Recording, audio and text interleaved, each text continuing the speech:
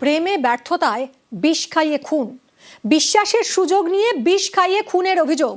দীর্ঘদিন প্রেমের প্রস্তাব প্রত্যাখ্যান তরুণীর, আর প্রত্যাখ্যাত হয়েই ষড়যন্ত্র প্রতিবেশী যুবকের।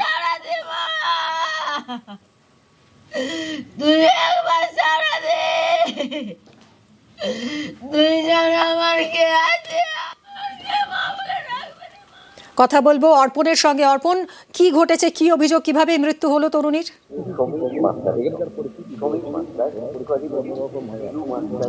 দেখো, যেটা পরিবারের তরফ থেকে যেটা অভিযোগ করা হচ্ছে, দীর্ঘদিন ধরে প্রতিবেশী যুবক রাজীব নস্কর তিনি এই চন্দ্রানীকে প্রেমের প্রস্তাব দিয়ে আসছিলেন এবং বিভিন্ন সময় তা নিয়ে কিন্তু যেহেতু পুরো প্রতিবেশী গ্রামের বিষয়, সেখানে কিন্তু বিভিন্ন সময় তাদের মধ্যে গন্ডগোল লেগেই ছিল এবং তা যতবার এই তরুণী তিনি প্রত্যাখ্যান করেছেন ততবারই কিন্তু প্রেমের প্রস্তাব নিয়ে এসেছে এই অভিযুক্ত রাজীব নস্কর।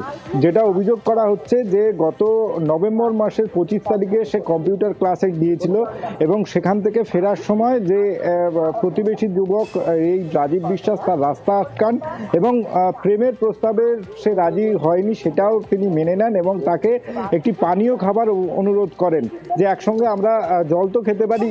এই অনুরোধ সে রাখে এবং সেখানেই ওই পানীয়র মধ্যে অভিযোগ করা হচ্ছে যে তাকে কীটনাশক মিশিয়ে দেওয়া হয় এবং বাড়িতে আসার পর যখনই সে অসুস্থ হয়ে পড়ে তার মা তাকে জিজ্ঞাসা করায়, সে জানায় যে রাজীব তাকে রাস্তায় কোথাও সে কিছু খায়নি, শুধু রাজীবের দেওয়া সে জল খেয়েছিল। তারপরেই তাকে নিয়ে একটি বেসরকারি নার্সিংহোম এবং সেখানেই গিয়ে জানতে পারা যায় যে তাকে বিষ খাওয়ানো হয়েছে, অর্থাৎ এই বিশ্বাসের সুযোগ নিয়ে তাকে কীটনাশক খাইয়ে দেওয়া হয়েছে। এরপরেই সেখান থেকে এমআর বাঙুরে নিয়ে যাওয়া হয়। গতকাল সন্ধ্যায় এমআর বাঙুরেই তার মৃত্যু হয়, অর্থাৎ 25 তারিখে তাকে ভর্তি করা হয়। 1 মাস পর দীর্ঘ লড়াই শেষ তার মৃত্যু হয় এবং এই খবর আসার পরেই এলাকায় একটি উত্তেজনা সৃষ্টি হয়। এবং যেখানে সঙ্গে থাকো অর্পণ, তরুণীর বাবা মা কি বলছেন, কি অভিযোগ শুনুন। 25শে নভেম্বর কম্পিউটার সেন্টারে গিয়েছিল এবং বিশাল সেটা জানতো কম্পিউটারটা কখন ছুটি হয় কি হয়। ও সেই সুযোগ নিয়ে যখন আমার মেয়ের ছুটি হয় সেই সময় ও গিয়েছিল, গিয়ে আমার মেয়েকে ভুল বুঝিয়ে নিজে হাতে বিষটা কিনে খাইয়ে দিয়েছে। কোনোদিন কোনো সম্পর্ক ছিল না, আজও নেই, তার প্রমাণ আমি দিয়েছি। আমার সঙ্গে যারা সহমর্মিতা দেখিয়েছে তাদেরকে অ্যারেস্ট করলো পুলিশ 12 ঘন্টার মধ্যে, আর আমার মেয়েকে পরিকল্পিতভাবে খুন করলো। আজকে 1 মাস হয়ে গেল, একজনকেও অ্যারেস্ট করলো না। বর্তমানে যিনি আইও আছে এবং বিষ্ণুপুর থানার আইসিকে ধিক্কার জানাচ্ছি।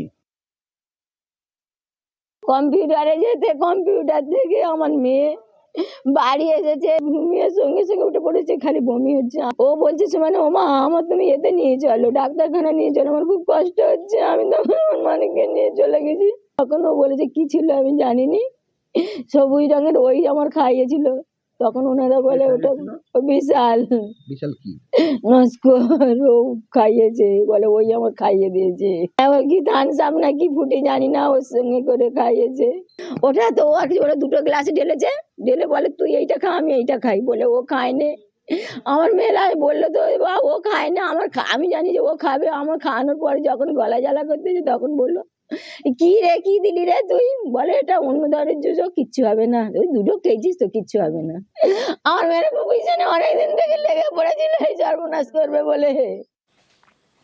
প্রেমে ব্যর্থতায় বিষ খাইয়ে খুনের অভিযোগ। 1 মাস ধরে হাসপাতালে মৃত্যুর সঙ্গে পাঞ্জা লড়ে তরুণী। গতকাল হাসপাতালেই মৃত্যু হয় এই তরুণীর, আর তরুণীর মৃত্যুতে এলাকায় ব্যাপক উত্তেজনা ছড়ায়। অভিযুক্ত যুবকের বাড়ি ভাঙচুর করে স্থানীয়রা। অভিযুক্ত যুবকের বাড়িতে আগুন লাগিয়ে দেয় স্থানীয়রা। অর্পণের সঙ্গে আবার কথা বলবো। অর্পণ, ব্যাপক উত্তেজনা ছড়িয়েছিল এলাকায়, কি বলছেন স্থানীয়রা?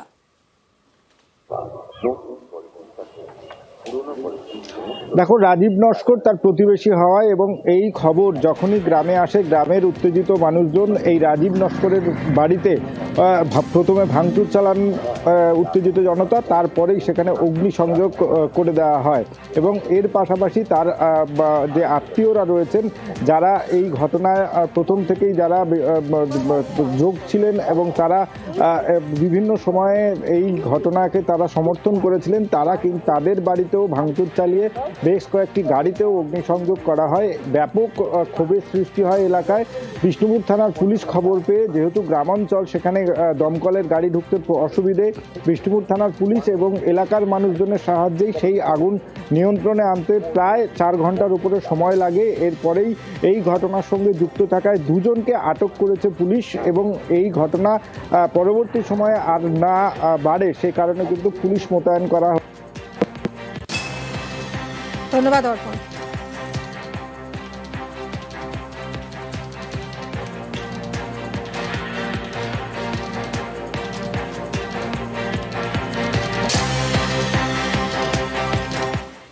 খসড়া ভোটার তালিকা বেরিয়েছে, এখন যাদের নাম নেই সেই তালিকায় তাদের বাড়ি বাড়ি গিয়ে নোটিশ দেওয়া হচ্ছে। আর সেখানে 2 ছেলে আর 1 মেয়ের নামে হিয়ারিং নোটিশ আসায় আতঙ্কে হৃদরোগে আক্রান্ত হয়ে মৃত্যু হয়েছে বাবার, এরকমই অভিযোগ উঠছে। হিয়ারিং এর আতঙ্কেই মৃত্যুর দাবি পরিবারের। বীরভূমের সাঁইথিয়ার এই ঘটনা নিয়ে আরো বিস্তারিত জানবো, সুপ্রতিম রয়েছে সঙ্গে। সুপ্রতিম, কি অভিযোগ করছে পরিবার?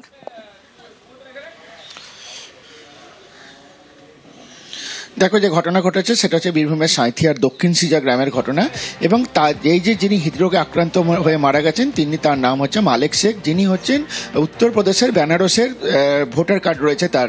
তবে তারও কিন্তু 2002 সালে ভোটার লিস্টে কোনো নাম ছিল না এবং তার যে 2জন ছেলে আছে এবং 1জন মেয়ে রয়েছে তাদের নামে হিয়ারিংয়ের নোটিশ এসছে। কেন? কারণ তারাও এসআইআর এর ফর্ম ফিল আপ করেছিল, কিন্তু তারা ক্ষেত্রে কিন্তু কোনো ম্যাপিং দেখাতে পারেনি, যেহেতু তাদের কোনো আত্মীয় স্বজনের নাম 2002 সালের ভোটার লিস্টে ছিল না।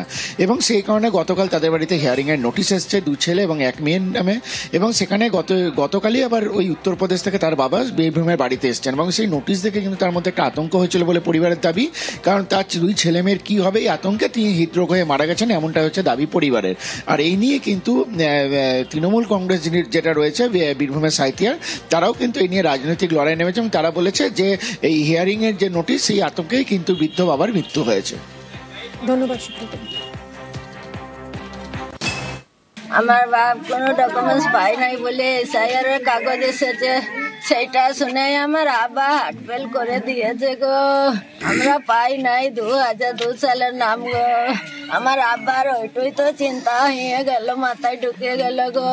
কিভাবে মারা গেল? তো হার্ট অ্যাটাক করেছে মনে হয় গো, ভালো মানুষ গো। বানারসে থাকতো, ওর না আছে ভোটার ছবি, না আছে আধার কার্ড, কোনো কিছু নাই। এবারে 2 ছেলে 1 মেয়ে, অনাহারে কাঁদছে। কালকে নোটিশ এসেছিল এসআরের, ওইটু খবরটা শুনে আমাদের সাথে গল্প বাণিজ্য করে নিজে হার্ট ফেল হয়ে মারা গেল। কেন? ওই টেনশনে যে আমার ছেলে 3টে কি হবে, এসআরের টেনশনে। 2002 কি নাম নেই? না, কোনো নাম নাই। 2 ছেলে 1 মেয়ের নামে নোটিশ এসেছে নাকি এখানে। নোটিশ আসার অতটা শুনেই অনেকে একটা অস্বস্তি বোধ করছিল, হসপিটাল নিয়ে যাওয়ার সুযোগ পাইনি এবং মারা গেছে। 2002 কি নাম নাই কারোর পরিবারের? ওটা খুঁজে নিচ্ছি, খুঁজে নিয়ে দেখছি। ওড়িশায় ফের খুন বাংলার পরিযায়ী, সম্বলপুরে খুন মুর্শিদাবাদের পরিযায়ী শ্রমিক। মুর্শিদাবাদের সুতির জুয়েল শেখের মৃত্যু হয়েছে। কি কারণে মৃত্যু আরো জানবো, প্রণব রয়েছে সঙ্গে। প্রণব,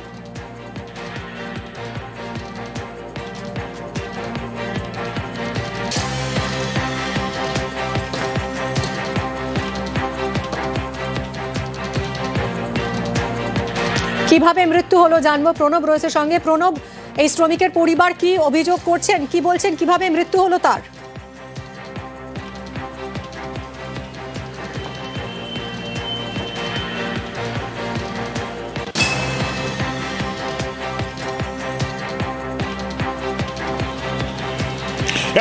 একদমই মিমি, এই চক বাহাদুরপুর, সুতি থানার চক বাহাদুরপুর জুয়েল রানা তোমার রাজমিস্ত্রির কাজ করতো উড়িষ্যার সম্বলপুরে এবং কয়েকদিন আগেই সে বাড়ি থেকে গিয়েছিল। গতকাল রাত্রিবেলায় তারা 5 জন ছিল ঘরের মধ্যে এবং রান্না করে তারা বসে গল্প করছিল। সেই সময় একদল যুবক এসে তাদের উপর চড়াও হয় এবং তারা দাবি করতে থাকে তারা বাংলাদেশি এবং জয় শ্রীরাম বলতে বাধ্য করে বলে কিন্তু অভিযোগ। এবং সেই সময় তাদের কাছে আধার কার্ড দেখতে চাই এবং আধার কার্ড দেখিয়েও দেয়, তারপরও কিন্তু তাদেরকে বেধড়ক মারধর করে এবং গুরুতর আহত হয় জুয়েল রানা এবং তার আরও 2 সঙ্গী, এবং তাদেরকে সম্বলপুরের হাসপাতালে নিয়ে গেলে কিন্তু তোমার জুয়েল রানাকে কিন্তু মৃত বলে ঘোষণা করেন এবং অন্য 2 যুবক তারাও কিন্তু গুরুতর আহত হয়ে বর্তমানে চিকিৎসাধীন। এবং পরিবারের পক্ষ থেকে অভিযোগ করা হয়েছে যে বারে বারে এইভাবে আক্রান্ত হতে হচ্ছে এবং মৃতদেহ আনার জন্য ইতিমধ্যেই কিন্তু তোমার সুতি থেকে পরিবারের লোকেরা সেখানে গিয়েছে এবং এলাকার যিনি তৃণমূলের বিধায়ক রয়েছেন এবং তোমার জঙ্গিপুরের যিনি তোমার মন্ত্রী রয়েছেন আগরুজ্জামান এবং ইমানি বিশ্বাস, তারাও তার বাড়িতে গিয়েছেন এবং পরিবারের পাশে থাকা সাহায্যের আশ্বাস দিয়েছেন। এবং এই মুর্শিদাবাদে যেহেতু বাইরে ভিন রাজ্যে তারা কাজ করতে যায়, এই ধরনের ঘটনা কিন্তু বারে বারে ঘটছে এবং আক্রান্ত হতে হচ্ছে। তাই মানুষের পরিবারদের একটাই দাবি, অন্তত পক্ষে কি সরকারের পক্ষ থেকে কিছু একটা ব্যবস্থা করুক, কারণ তাদের ভিন রাজ্যে রাজমিস্ত্রির কাজ, কেউ বা ফেরির কাজ, এবং এইভাবে যে আক্রান্ত হচ্ছে তাদেরকে অন্তত পক্ষে নিরাপত্তা নিশ্চিত করুক, এটা কিন্তু চাইছেন পরিবারের লোকেরা। মিমি। ধন্যবাদ প্রণব। এদিকে মন্ত্রী শশী পাঁজা এই ঘটনার তীব্র নিন্দা করেছেন এবং কেন্দ্র কেন চুপ তাই নিয়েও প্রশ্ন তুলেছেন। ভারতীয় জনতা পার্টির নেতৃত্বে উড়িষ্যাতে সম্বলপুরে তাদের উপরে আক্রমণ, ওই এক তকমা লাগিয়ে যে তোমরা বাংলায় কথা বলছো, তোমরা বাংলাদেশি। একজন মারা গেছেন, 2 জন গুরুতর অসুস্থ, তারা চিকিৎসায় রয়েছেন হাসপাতালে সম্বলপুরে। ভারতীয় জনতা পার্টির এত বড় বড় তাবর নেতা, আপনারা নিশ্চুপ কেন? এই হত্যা, নারকীয় কাণ্ড, এই সমস্তগুলো কেন চলতে থাকবে? ভারতীয় জনতা পার্টিকে আমরা প্রশ্ন করছি।